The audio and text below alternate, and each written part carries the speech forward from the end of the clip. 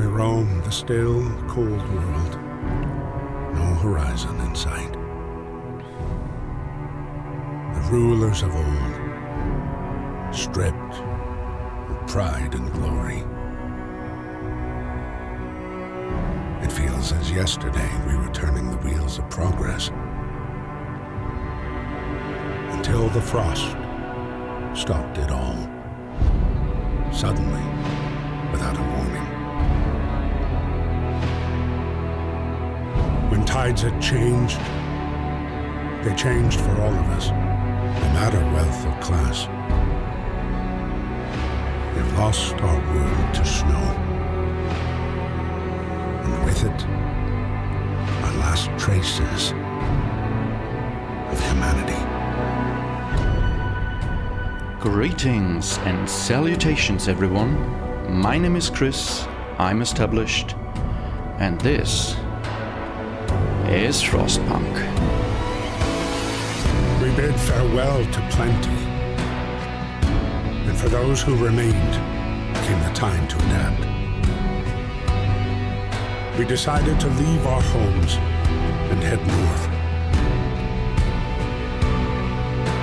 We roamed for weeks, maybe months, leaving behind all the things we once believed had made us. It was hope that pushed us forward. Slowly, step by step, we knew the cost of our journey. We paid the price 100 times. Finally, the time has come to build the last city on Earth.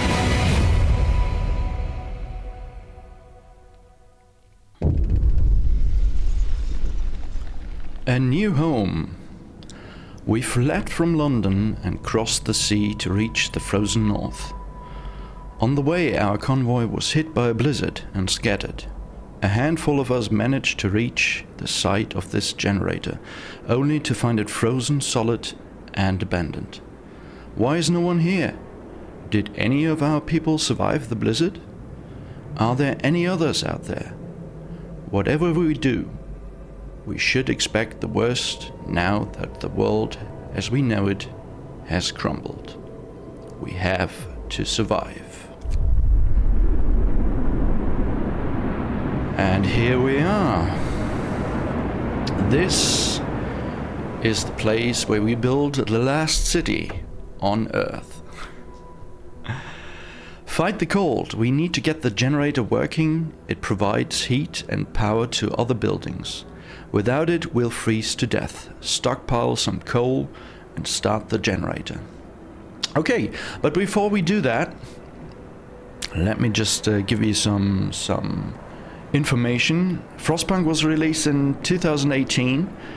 It was developed and published by 11-Bit Studios, and it is a mix of 3 different genres, I would say. It is a city builder, B, a management sim, and C, most of all, a survival game. I haven't played it in a long time now. But a couple of weeks, the new trailer for Frostpunk 2 released, announcing the game to be released this year. Frostpunk 2, that is. And since I want to play Frostpunk 2 on this channel, I thought maybe it would be a good idea to, play the original Frostpunk as well. Let's get into it. Let's get started. And we immediately pause the game. As you can see, we can pause the game. We can let it run normal, double speed, or triple the speed. And right above there, as you can see, we have resources. Our main resources, or not the main resources, the resources we will have to gather and with which we will build our city are coal, in order to keep our generator running, wood, steel, and steam cores. Steam cores are used to build higher technology buildings and automatons. What automatons are, we will get into it later. But first, let's take a look here. First of all, we have coal piles. Oh no, those are wood crates. Wood crates, we have steel wreckage, we have coal piles over here. We do have also coal deposits. From these wood crates and steel wreckage and coal piles, we can send our workers and engineers to gather from these directly. But these deposits, we have to build mines in order to mine these deposits. And we have some old forests back here, frozen, which will come in handy later, because we will build a sawmills in order to cut those down to gather more wood. Now, our people. We do have 80 people. They're homeless right now because we just arrived. There are no buildings yet. The generator isn't even running. And as you can see up here, it's minus 20 degrees. Now, in our world, that would be already very crisp. This would be really cold. At least for me. I'm a wimp in the cold, so I'm freezing easily. But over here, as you can see, we have a timeline in days. Day one, right now we're at day 1, 2, 3, 4. Now, in the morning of day 4, we will be hit by a significant drop in temperatures by 2 levels.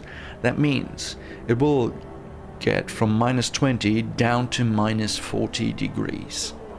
So I think it's best to make sure that our 80 right now homeless citizens will have homes by then. And I forgot, one of the many gimmicks, apart from the game looking gorgeous, absolutely gorgeous, one of the main gimmicks and one of the instruments that we will use frequently in this game is the temperature overlay. Now, as you can see, this shows the thermal temperatures of the map. Right now it's all blue and chilly, turquoise and chilly. As you can see, it goes from comfortable to freezing, and we will get there to freezing. But yeah, comfortable is perfect, basically, prevents people from falling ill. Yellow is livable, very low risk of falling ill. Turquoise, as I said, is chilly, and it has a low risk of people falling ill. Then we have cold, moderate risk of falling ill, very cold, and freezing. So yeah, this will be one of our instruments. But let's get into it. Right now we don't have any resources, so I'd best start and allocate some people to gather wood first, and we also need some coal. And also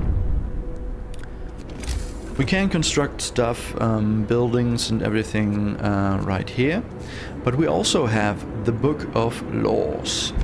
And if we open this, right now we only have the Book of Laws line, so we can only click on this, but it will branch up later on in the game, and we'll get into this when it does. So right now we do have the Book of Law adaptation, which means we can try to set up some laws or give our people some laws in order to adapt better to the new circumstances, to the new situation. And what I like to do right from the beginning is I'd like to set emergency shifts. Now, emergency shifts. Sometimes we have to concentrate on the task at hand at the cost of everything else or die. Yeah, this is a survival game. So yeah, sometimes you have to concentrate and concentrate everything towards one goal. Assigning this law means that once we set up emergency shifts, we can force workers in any facility to work for the next 24 hours straight without breaks. This will, however, be using this will raise discontent, and what discontent means, we do have this discontent bar. If discontent fully maxes, it's game over, because our society will forsake us as their mayor and push us out of the society, and we will then, as a character mayor of the city, freeze to death outside, and they will try their luck with another mayor, right? We also have the hope bar, so if hope drops to 0, same thing. We will be pushed out and it's game over basically for us. But right now our discontent is at an all-time low. We will probably never see this discontent bar this low ever again in this playthrough, but that's okay, because we will have other options later on, like the fighting arenas, which will help us with raising or reducing discontent. So fighting arenas, nothing relieves tension better than watching a few rounds of an all-out slugfest. So basically a fighting arena, people after work, after their shifts are done, they will meet in the evenings and punch each other in the mouths. And this will reduce discontent, but it will also mean that some people might get hurt and injured. And since we do have this little, these few citizens only, right now we do have 50 workers, 15 engineers, and 15 children. And we do have, at the moment at least, no option to get more people in. So yeah, we need to watch out for sick people. We need to take care of them as soon as possible. But for that we need to set up some emergency shifts. And once you set up a law in the Book of Laws, it has a cooldown. The Book of Laws has a cooldown of 18 hours, so for the next 18 hours straight I cannot set up a new law for my people in order to help or to manage them. But let's unpause here, let's get going. And as you can see, right now it's pretty pristine, right? This will change. This beautiful looking pristine snow landscape will change, and small changes like here already happen. People need to get to these stockpiles, right? So they need to push through the snow, and it's so beautiful to watch how this goes on, how they're creating their own paths, and once they've created a path, it doesn't stay open. If the path doesn't get used anymore, it will get filled up back with snow. So yeah, this is just one of those details that make this game so beautiful, in my opinion. It's already I should maybe not run it in this high on this high speed, So right now we need tents for our people. And as you can see, the building setup is very special. Since the generator, which we have not yet started, since the generator is the center of our city and the focal point, basically, the buildings all arrange in a circular fashion. So, oh, I didn't want that. So if you build, you always build in this circular setup, no matter where you build. So it's all like this. So let's get started. Let's build some tents for our people to, yeah, not freeze to death. 2, 4, 5, 6, 7, 8. So everyone has a home to get to, and let's already start some emergency shifts, because we need wood. We need wood ASAP, because, and I put this on speed 2. We need wood ASAP because right now wood is the main building material we use for everything. And as you can see, something popped up here. This is another mechanic of the game. Every once in a while you will get these pop-ups, these events basically. And these events are one part of how the game shapes your progress. So each run of the game, each time you start this game, you will make decisions, and probably each time you will make slightly different decisions depending on the situation you are in. And these decisions, yeah, make or break your run in this game. So let's see what we got here. Housing problem, yeah, no roof over our heads. Captain, people are understandably concerned about the lack of shelter. They're falling ill from sleeping outside in the terrible cold. We'd better do something about it. So, now I can say I'll provide some shelter, which means I'll have 2 days to provide shelter for 40 people. I can say I'll provide shelter for everyone, which means I have 2 days to provide shelter for 80 people, which we are already on, way ahead of this pop-up.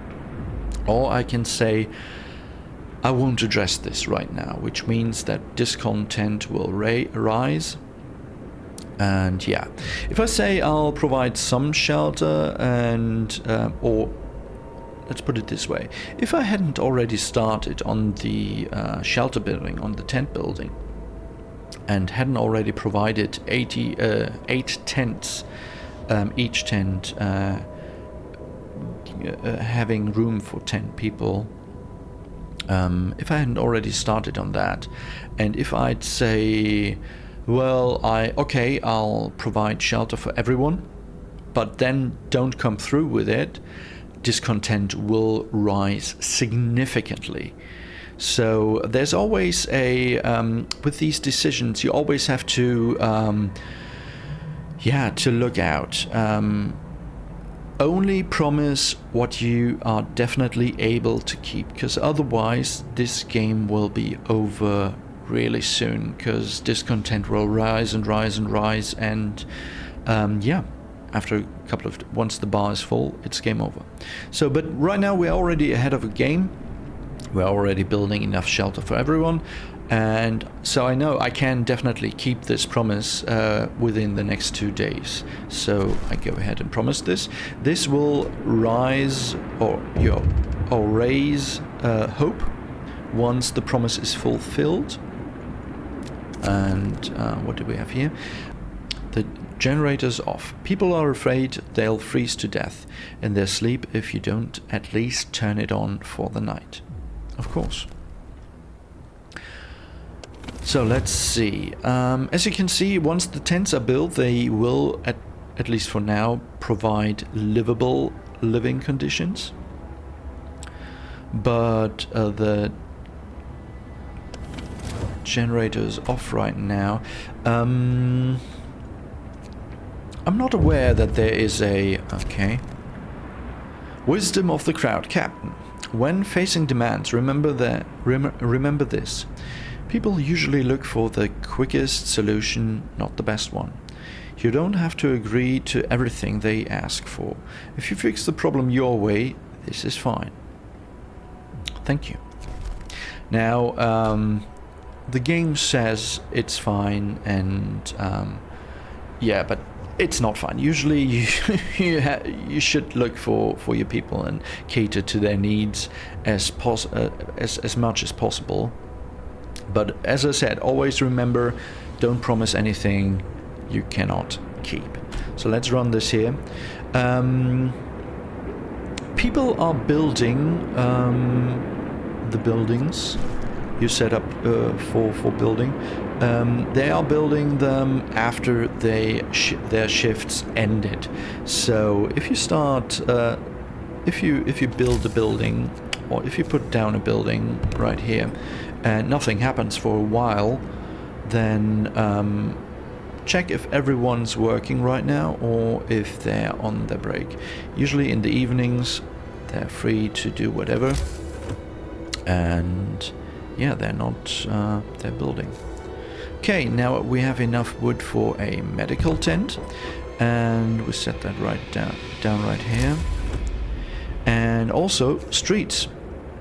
Now, as you can see, these we already have a street on ring level 1.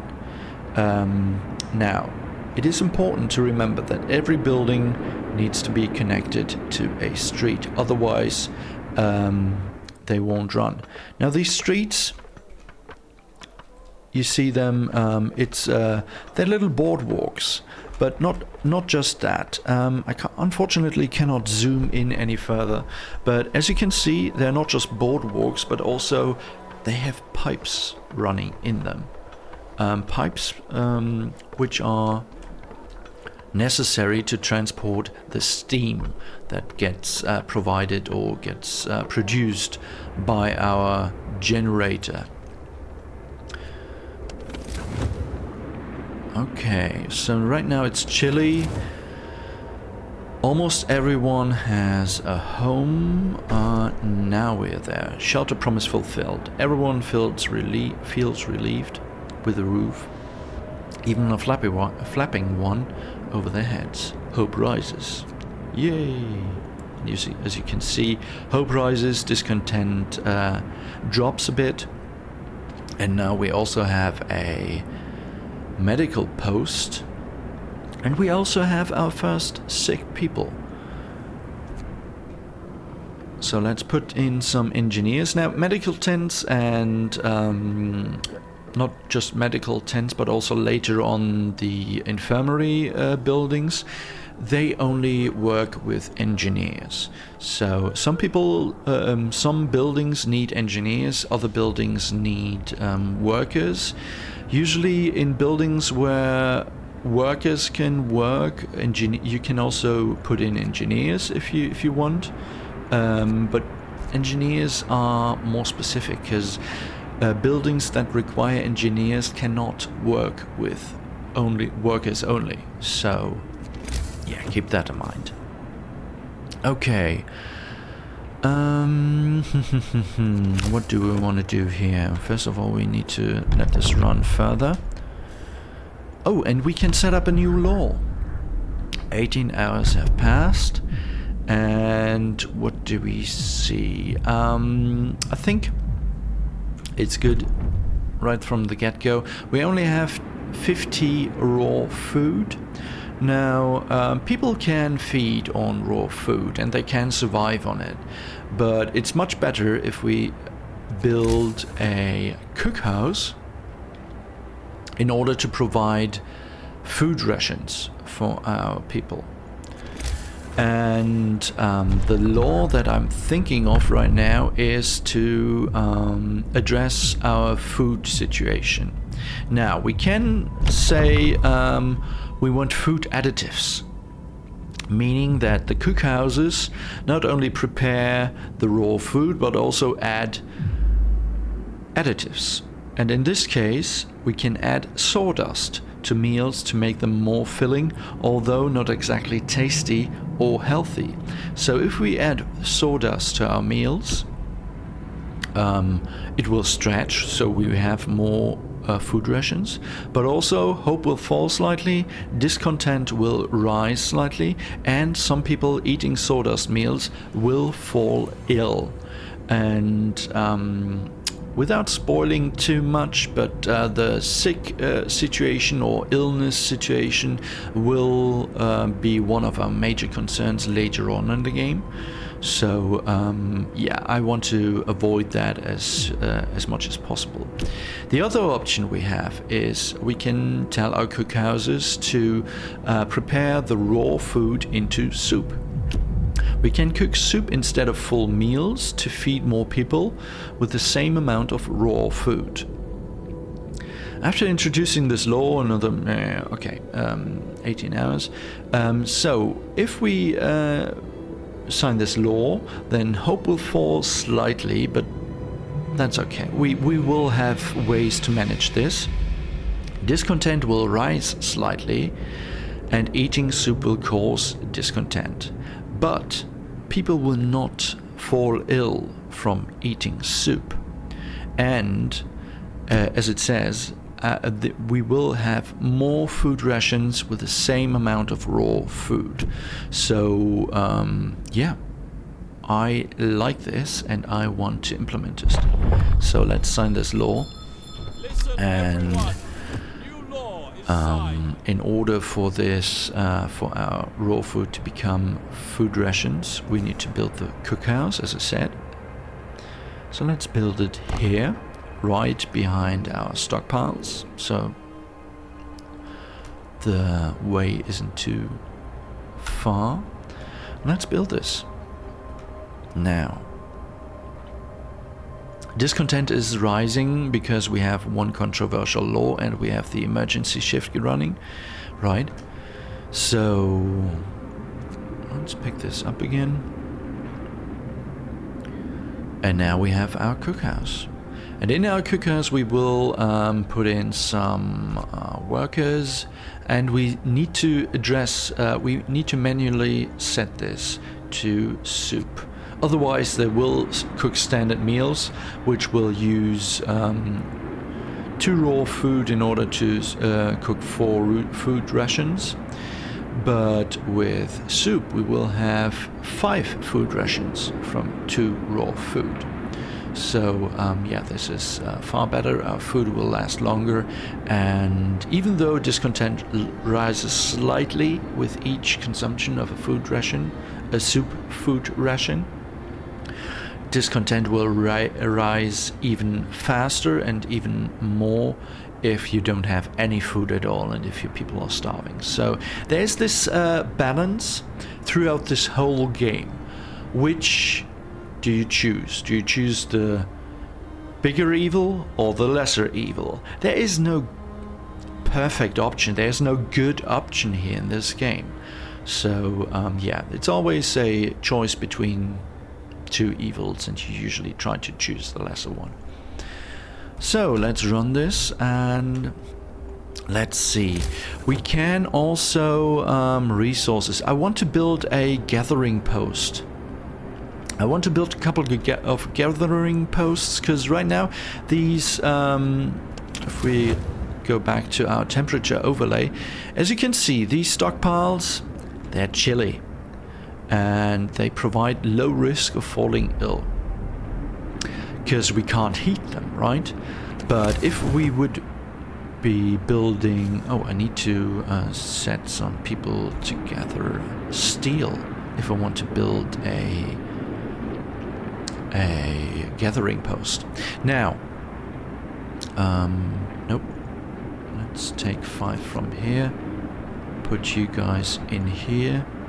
So yeah, the gathering posts we can heat them. I mean, they provide all insulation already just on their own, but later on we can also say we want to go into heaters, and we can research heating options and heat those buildings then manually, and which will prevent our people from falling sick.